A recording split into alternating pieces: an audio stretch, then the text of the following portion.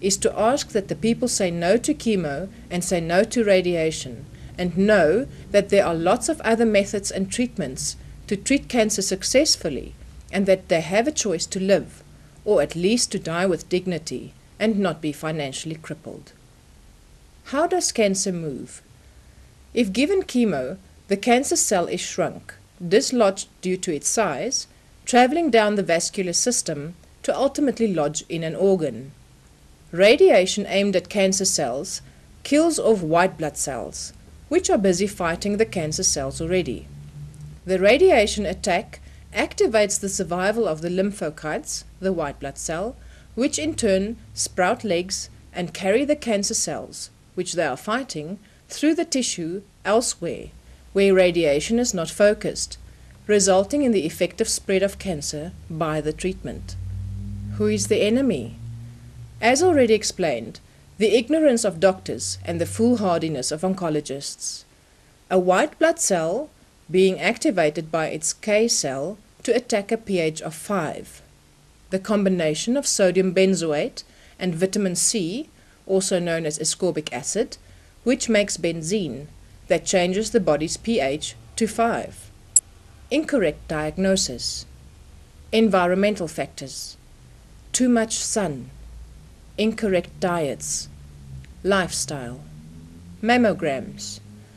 Our current estimate is that about 75% of the current annual incidence of breast cancer is being caused by earlier ionizing radiation, primarily from medical sources. Mammograms do far more harm than good. The ionizing radiation mutates cells, and the mechanical pressure can spread cancer cells that are already malignant. Your current ideas of preventative medicine, therefore, generate the very kind of fear that causes disease. They all undermine the individual's sense of bodily security and increase stress, while offering the body a specific, detailed disease plan. Cancer care is organized around a medical monopoly that ensures a continuous flow of money to the pharmaceutical companies, medical technology firms, research institutes, and government agencies. X-rays cause cancer. Chemo and radiation. By shrinking tumors, chemotherapy encourages stronger cancer cells to grow and multiply and become chemo-resistant. Then there are the new cancers caused by chemotherapy, or secondary cancers. For many cancers, chemotherapy just does not improve your survival rate. Some of these are colorectal, gastric, pancreatic, bladder, breast, ovarian, cervical, and corpus uteri, head and neck. Knowing this, oncologists still recommend a regimen of chemotherapy. Did you know that to date, not a single non-toxic cancer drug has been approved? Fungi causes cancer. Viruses. We urge you when you have cancer not to fly. The change in air pressure, solar radiation, and oxygen levels in an aeroplane causes cancer to spread. Morphine spreads cancer. 2 recent studies analyzing the side effects of morphine have revealed that the chronic pain drug and other opiate-based pain medications contribute to the growth and spread of cancer cells. Aspartame causes tumor growth. Why haven't you heard about this before? Partly because the diet industry is worth trillions, and corporations want to protect their profit by keeping the truth behind aspartame's dangers hidden from the public. Aspartame is a potential carcinogen at normal dietary doses. Professor Rolf Walton of Northwestern Ohio University said, "I dispute the assertion that there are no health risks. I believe aspartame increases risk of cancer. Virtually all the studies attesting to its safety have been funded by the industry." Then there's the truth about fluoride, from a long suppressed and largely forgotten memo, which tells how fluoride was found to be a causative factor in damage to the central nervous system in experiments on humans. Fluoride is a neurotoxin and has also been linked to reduced IQ in children. Surgery can be effective only if the complete RNA of a cancerous cell is removed. Should a biopsy or surgery take place, Most cancers can be spread to a different part of the body. You have to educate yourself and take responsibility for your own health. You are the only one who ever heals yourself. So many people delay, deny, and diffuse their healing because they do not want to live. The desire for healing is truly the desire for living. You will only heal if you really want to live. What you need to know about what you should not eat when you have cancer. Cancer cells feed on sugar, mucus, and acid environment found in a meat-based diet. Avoid artificial sweetness, especially aspartame, milk, which makes the body produce mucus, and rather eat fish with a diet that contains 80% fresh vegetables and fruit. Our theory. It's called the RNA disposition cancer theory.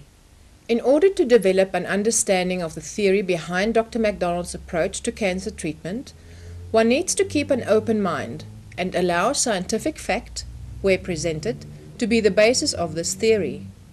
Changes or mutation to the DNA or oncogenes have always been understood to be the cause of cancer. However, Dr. MacDonald postulates that any and all damage to cells is a critical determining factor in the cause of cancer, and that factors outside the nucleus are responsible for determining the character of the cell. When the RNA is enlarged, it would be the size of a pin dot. When enlarged further, a cell would appear.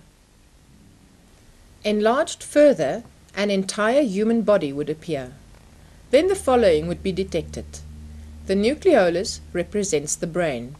The nucleus becomes the small brain. The telomerase becomes the pituitary gland. The p53 represents the pineal gland. The telomere becomes the reproductive system. The BCL2 and Bax genes become the heart, upper and lower chambers. The mitochondria becomes the vascular system and blood working with internal organs. The peroxisome is the liver. The Golgi apparatus represents the thymus. The lysosome becomes the stomach and the pancreas. The cilia is the skin and the lungs. The microtubules become the intestines. The centriole becomes the kidneys. The cytoskeleton is the skeletal bone structure.